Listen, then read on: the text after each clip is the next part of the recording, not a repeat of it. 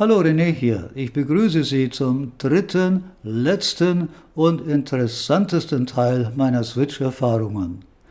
Heute soll es endlich um die Klangvarianten gehen, die beim Vergleich eines LAN-Kabels mit einem Lichtleiter hörbar werden können und natürlich auch beim Einsatz bzw. beim Weglassen des N18 und eines zusätzlichen Konverters. Eigentlich habe ich ja die Quintessenz meiner Versuche zum Teil schon verraten, aber heute möchte ich die nur flüchtig hingeworfenen Äußerungen durch die Beschreibung von Veränderungen in konkreten Musikstücken differenzieren und im Detail verfolgen. Ich stelle mich nicht als Goldohr hin, das Beweise letztlich schuldig bleibt. Aber Vorsicht, die winzigen elektronischen Variablen und Parameter beim Streaming sind so vielfältig, dass je nach der individuellen Konstellation die Hörergebnisse deutlich voneinander abweichen können. Nach dieser Warnung gehen wir gleich in die Vollen. Peter Weniger, Half-Life von der CD Legal Paradiser. Dieses neulich für Sie eingestellte Stück muss man so laut hören wie nur möglich. Dann bläst es einem schon über das LAN-Kabel alleine den Hut weg. Aber es dröhnt ein wenig unangenehm in den Ohren und der Hut wird über das LAN-Kabel nur nass, denn es ist der Druck eines Wasserwerfers, während bei zwischengeschaltetem N18 der Bass einen Tick härter wird und über Fiber nochmal trockener. Er knallt dann wie Strahlen aus pulverisiertem Stein durch den Raum und beim Schnalzenlassen der Saiten habe ich keine Angst um die dicken Basssaiten, aber um die Spulendrähte der Treiber. Man fürchtet, die könnten durch einen allzu wilden Impuls abreißen, so funkensprühend wirken die Schläge auf den Steg. Ich gebe zu, um diese feinen Unterschiede verbalisieren zu können, musste ich die Versuchsreihe mehrmals durchspielen. Sie sind letztlich dingfest zu machen, aber man hört sie erst allmählich durch Geduld und Wiederholung. Gehe ich schrittweise, also erst über N18 nur mit LAN-Kabel und schließlich wieder direkt in den T8 ohne Switch, wird es jedes Mal einen Tick weicher, weniger definiert und wirkt sogar minimal leiser. Beides mag für manche Leute relaxter, abgerundeter klingen, aber das ist für mich ein fragwürdiges Argument der Langzeithörer, einer ganz eigenen Spezies von High-Endern. Ich persönlich möchte 1-2 Stunden intensiv hören, wie beim Live-Erlebnis. Haben Sie schon mal einen Musiker erlebt, der beim Interview nach dem Konzert sagt: Wir haben bei diesem Konzert absichtlich mit gebremster Dynamik gespielt, damit sich das Publikum besser entspannen kann. Wenn es jemandem um zeitliche Quantität geht, kann er viel Geld sparen, denn gebremster Schaum ist technisch preiswerter zu bewerkstelligen. Das Saxophon zum Beispiel ist dann ein wenig kleiner, nicht mehr so strahlend, aber das ist ja klar. Ein Objekt minus Aura wirkt unscheinbarer, deshalb werden Jesus, viele Heilige oder mein König hier in Thailand oft mit einem Heiligenschein porträtiert. Leichter zu erfassen sind die Unterschiede bei dem Titel Champagne des Schweizers Philippe Chrétien. Am nackten LAN-Kabel zerfließt der Bass wiederum, die Anblasgeräusche des Saxophons sind reduziert vom Schwingen einer Luftsäule im Rohr auf ein etwas uniformes und dadurch ein wenig technisch klingendes Rauschen. Kontraste jeglicher Art sind generell leicht reduziert. Bei kombiniertem Einsatz von N18 mit Fiber spielt das Sax dynamischer, sauber ziseliert, räumlich minimal greifbarer. Die bewusst übertrieben aufgenommenen Anblasgeräusche sind so intensiv, dass man Angst kriegt, sogar in vermeintlich sicherer Entfernung noch ein paar Speicheltropfen abzukriegen. Die intendierte Baratmosphäre kommt voll zum Tragen. Und das Xylophon klingt beeindruckend, geradezu fluoreszierend in seinem Klangreichtum. Es ist leicht links angesiedelt, fängt mit realistischen Proportionen an, aber beim Solo hat man es am Mischpult auseinandergezogen, sodass die Anschläge die gesamte Bühne entlang wandern. Geradezu psychedelisch. Das macht Spaß, ist aber natürlich nicht echt.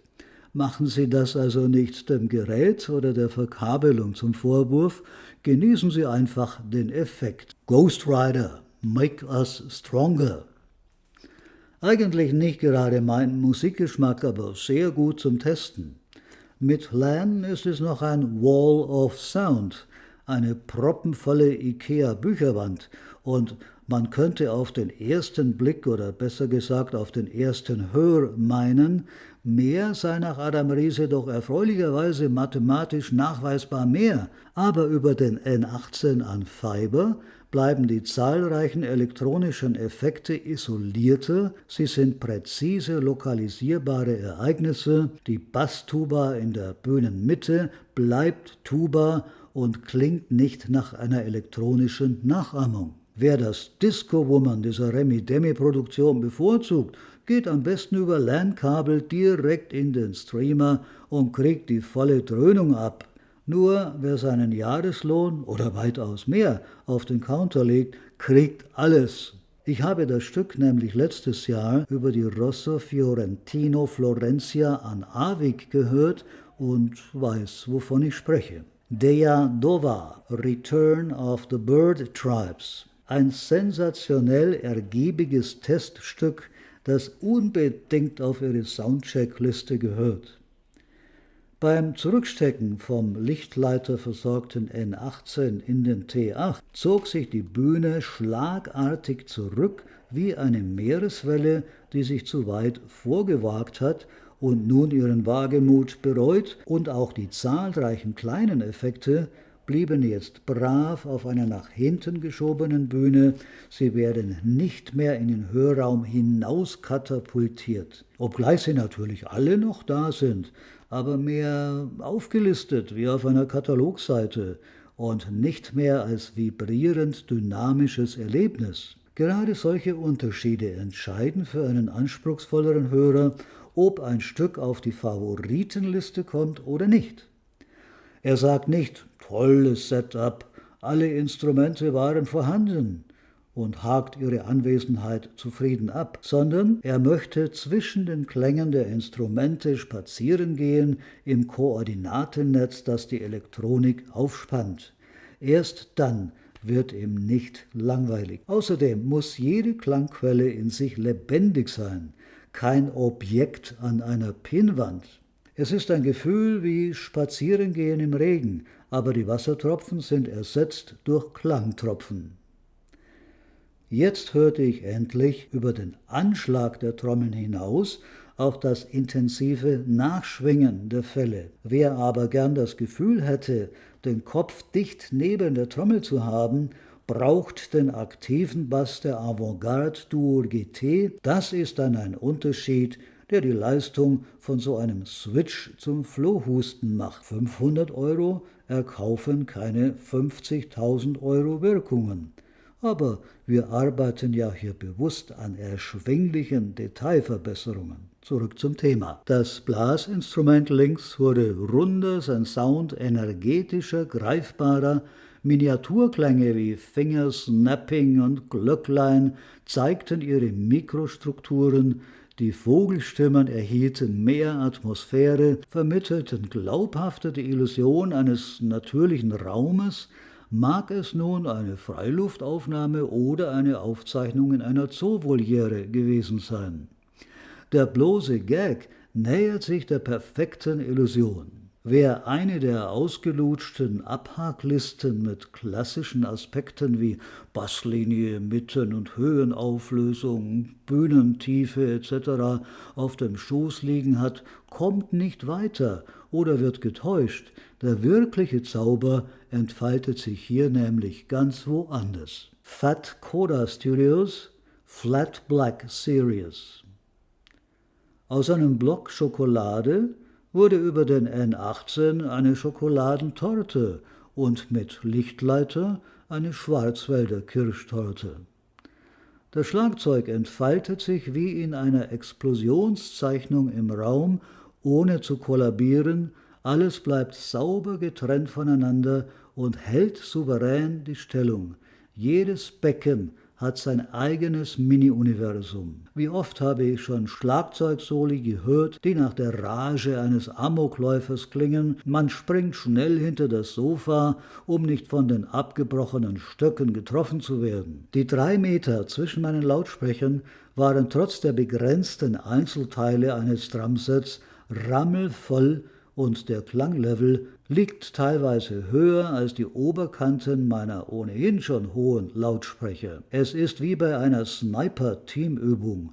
Die Kugeln fliegen koordiniert ihre Bahn und kreieren kein Wunderkerzendrama. Hochinteressant, das Metallophon bleibt immer angemessen, also proportional klein, was als Beweis dafür dient, dass der Sound nicht einfach künstlich aufgeblasen wird. Jedes einzelne Drumteil ist eine VIP, die ganz persönlich bedient wird. Wenn manchmal von der riesen Bühne eines Gerätes schlechthin geschwärmt wird, bin ich deshalb immer ein wenig skeptisch. In jedem Märchen von Riesen, Drachen und Ungeheuern kommen schließlich auch Zwerge, Bienen und Ameisen vor. Wie immer bei solchen Dingen und wie alle Leute, die Details veranschaulichen wollen, musste ich Nuancen durch Heranzoomen vergrößern. Ich wiederhole deshalb, bedenken Sie, dass je nach Anlage manches weniger deutlich oder fast gar nicht auftreten mag oder umgekehrt noch dramatischer wirken kann als bei mir. Ich gebe ferner zu, es gibt auch Stücke, wo ich fast keine, ja gar keine Unterschiede gehört habe. Wenn Sie durch die Toskana fahren, dürfen Sie keine majestätischen schneebedeckten Felsgipfel erwarten. Und nur wo Qualität schon drin ist, kann Qualität herausgekitzelt werden. Und wenn Sie zu leise testen, reduzieren sich die hörbaren Unterschiede, das dürfte selbstverständlich sein. Eine Pistole unter Wasser abgeschossen klingt leicht gedämpft. Das liegt in der Natur der Sache. Was mich beruhigt, die Behauptungen der vielen Tester basieren nicht auf Tagträumen, sondern können nachvollzogen werden. Es ist immer gut, nach den Sternen zu greifen, die finanziell in leichter greifbarer Nähe liegen, zum Beispiel nach einem Lichtleiter, wo man denkt, auch ein Cat 6 oder Cat 8 tut es doch genauso. Wenn die Preise sowieso fast gleich sind, sollte man, so man kann, die Lösung mit Sicherheitsreserven wählen, zumal sich gerade auf diesem Sektor viel tut und ständig kleine Verbesserungen erzielt werden. In diesem Zubehörsektor wird viel Geld verpulvert, aber manchmal erzielt man mit 100 Euro genauso viel Upgrade-Effekt wie ein anderer Kollege mit 2000 Euro. Und manchmal gibt es auch verblüffende Nebengewinne. Ein Kommentator mit dem Pseudonym Willywood meinte sogar, Word-Dokumente ließen sich mit all diesen kleinen Upgrades leichter lesen. Manche sind eben mehr optisch als akustisch orientiert. Das Interessanteste, für mich persönlich jedenfalls, war aber das Experiment, was versaut der Billig-Switch, beziehungsweise versaut er wirklich etwas? Oder noch besser, wo versaut er womöglich gar nichts? Mr. Postman hat mich in diesem Video gefragt, Hallo René, wieso gehst du nicht über LAN vom Router zum Gusted und vom Gusted per Glasfaser in den Eversolo? Das ist doch der viel bessere Weg als über den billigen TP-Link. Das klang völlig überzeugend und deckte sich sogar mit meiner eigenen Meinung und mit meinen eigenen Absichten. Aber warten Sie mal ab, wie der Test ausging. Eine Zeit lang dachte ich, er sei nicht durchführbar, denn es geistern böse Fehlinformationen im Netz herum.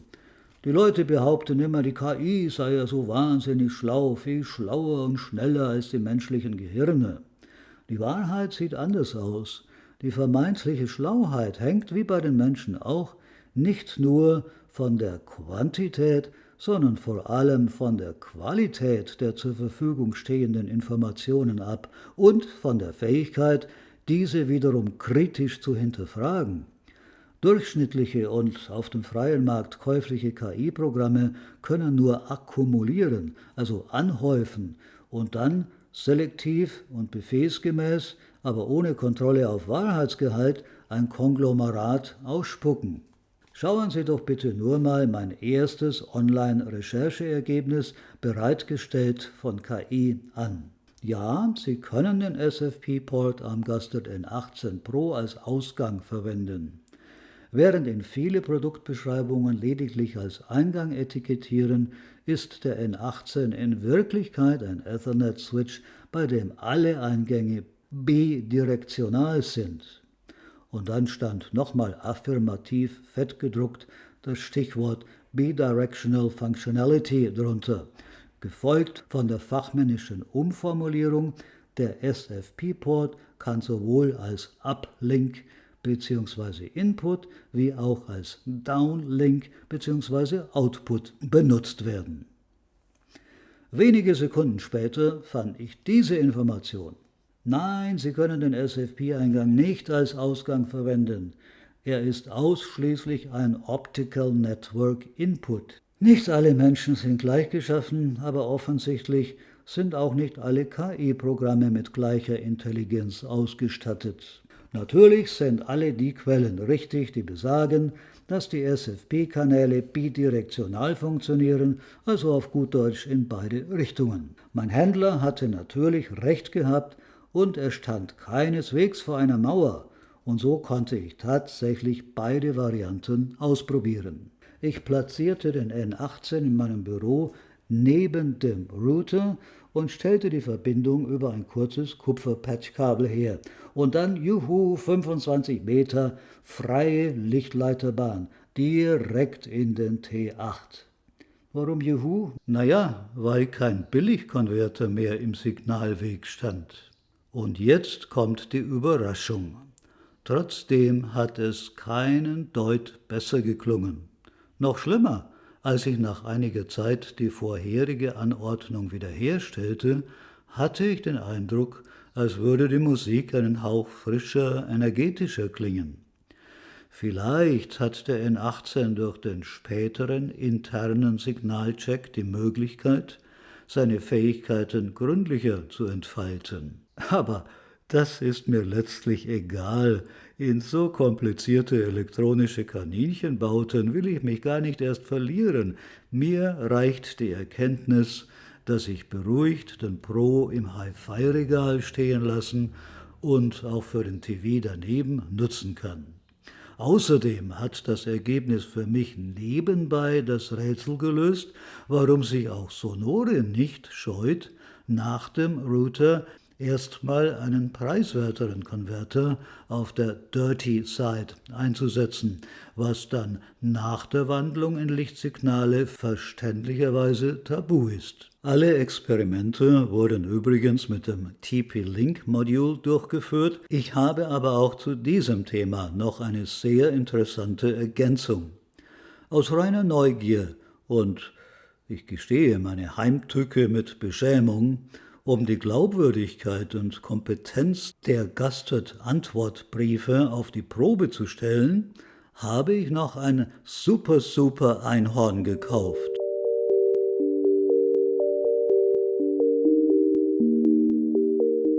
Ein Modul, das schon vom Konzept her nur mit 1 Gigabit läuft, also garantiert ohne die 0,25 Headroom. Sie wissen alle, wie das ist. Wir werden ja ständig von Big Brother beobachtet. Und da ich in den letzten Wochen verzweifelt und erfolglos nach so einem Wunderding gesucht hatte, wurde es mir plötzlich von der Werbung zugeschanzt: das reinrassige 1G-Modul. Ein neues Paar kostet auf eBay $100. Ich hatte Glück und fand es hier secondhand fast geschenkt für ein paar Euro. Da beschloss ich leichten Herzens, Ihnen diesen Service auch noch zu bieten und es blind zu kaufen.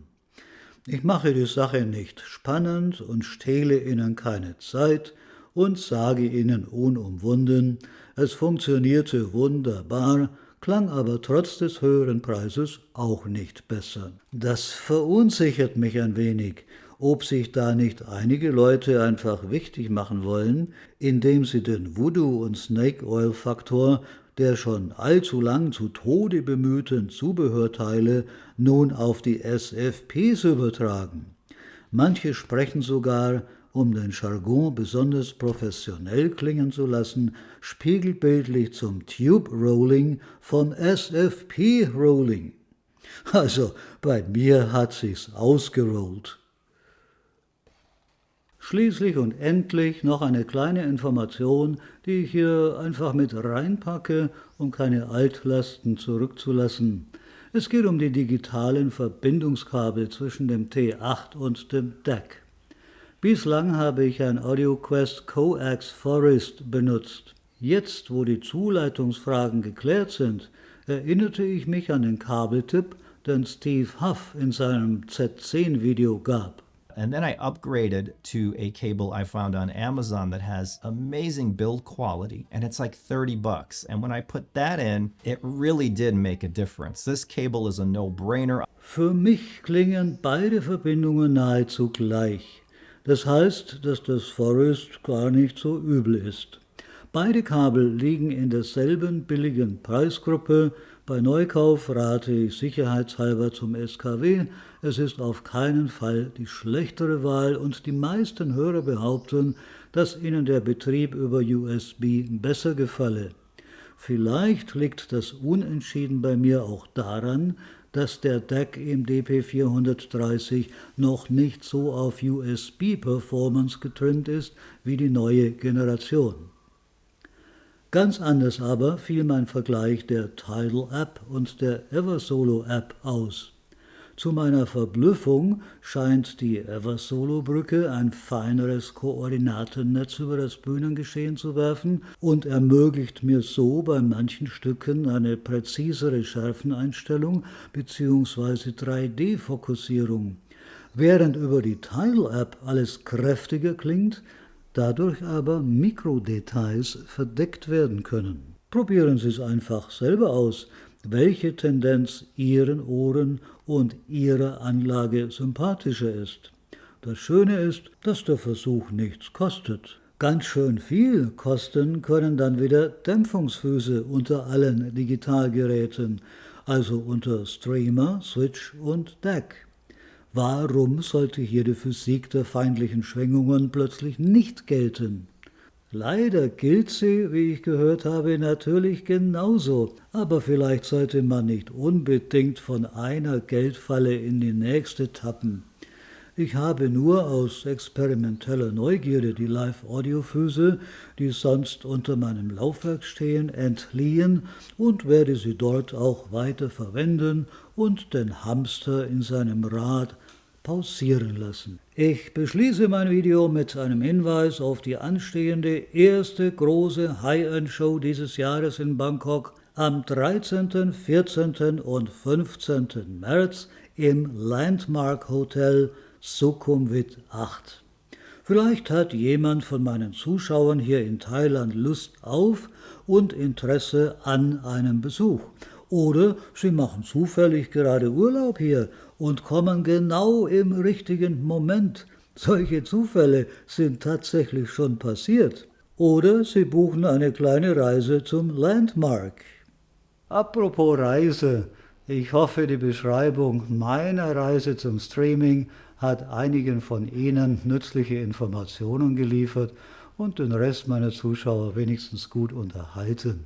Tschüss.